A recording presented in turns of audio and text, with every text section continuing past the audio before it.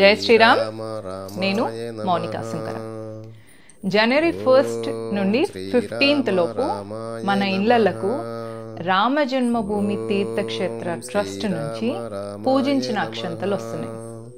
అక్కడ బాలరాముడి దగ్గర పెట్టిన అక్షంతలు ఏవైతే పూజించబడినాయో అవి భారతదేశంలో ఉన్న కశ్మీర్ నుంచి కన్యాకుమారి వరకు ప్రతి ఇంటికి ఆ అక్షంతలు వెళ్ళాలి అనే ఉద్దేశంతో రామ జన్మభూమి తీర్థక్షేత్ర ట్రస్ట్ వాళ్ళు ఆ అక్షంతలు మన ఇళ్లకు పంపిస్తున్నారు.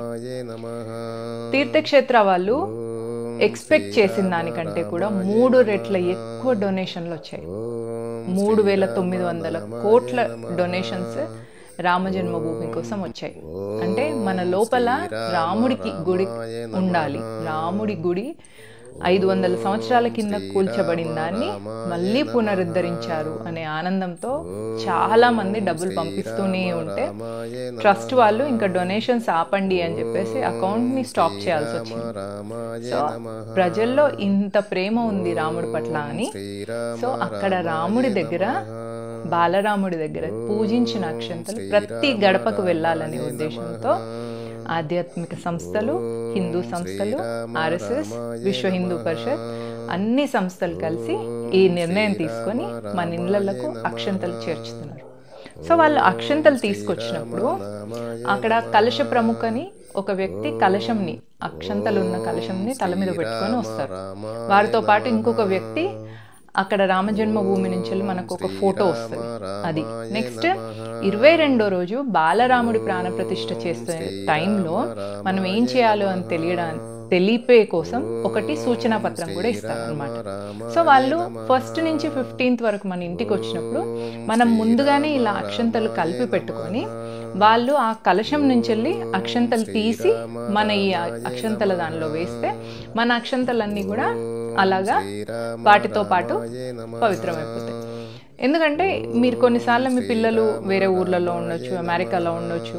సో దట్ రేపు మీరు ఏదైనా కొత్త పని చేసేటప్పుడు కూడా ఆ అక్షంతలను వేసుకొని ప్రారంభించుకోవడానికి మనకి యూజ్ అవుతాయి. కాబట్టి ముందుగానే అక్షంతలు కలిపి పెట్టుకొని వాళ్ళు ఇచ్చిన అక్షంతలు దానిలో వేసుకొని మళ్ళీ మనము 22nd రోజు, జనవరి 22, 2024 రోజు ప్రాణప్రతిష్ఠ జరిగిన తర్వాత సాయంత్రం అందరం ఇళ్లలో 5 దీపాలు వెలిగించాలి.